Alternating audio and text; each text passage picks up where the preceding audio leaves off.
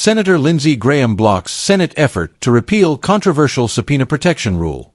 A debate erupted in the United States Senate after Senator Lindsey Graham, Republican of South Carolina, blocked an attempt to overturn a newly passed legal protection allowing senators to sue the federal government for up to $500,000 if their phone or communication records are seized without their knowledge. The contested provision was quietly added to a recent government funding bill and immediately drew criticism once it became public. The rule not only gives lawmakers the ability to sue for damages, but it also applies retroactively, dating all the way back to January 2022.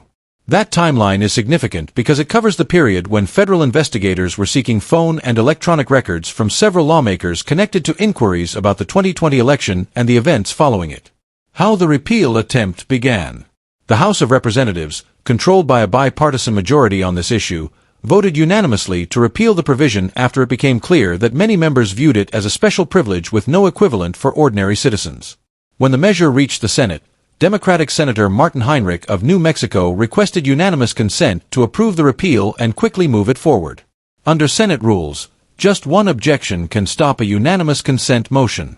That objection came from Lindsey Graham. Why Graham objected? Graham defended the original provision, saying it protects the Senate as an institution. He argued that federal agencies should not be able to secretly access senators' private or official communications, especially if those actions might affect legislative work. Graham stated publicly that his own phone records had been subpoenaed, and he questioned why investigators had the authority to do so without notifying him. According to Graham, the lawsuit option acts as a safeguard against what he sees as government overreach. An attempted compromise. Senator John Thune, the Republican whip, suggested a middle ground solution to ease concerns. His proposal would remove the $500,000 payout to individual senators but keep the legal protections in place.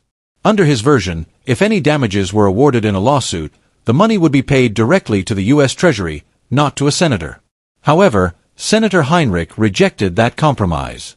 He argued that the deeper problem was the existence of the provision itself, especially the idea that elected officials could receive large financial awards for circumstances that would not entitle a regular citizen to the same benefit. Why the controversy matters. The debate touches on several sensitive issues. Separation of powers. How much protection should lawmakers have from federal investigations?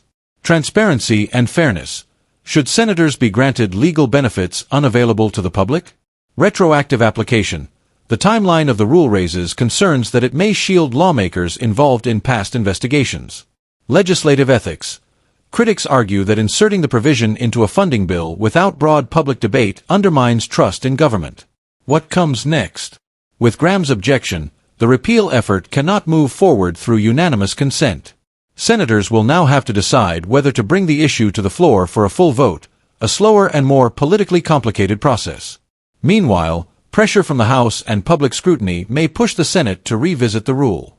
For now, the provision remains in place, and the future of the repeal remains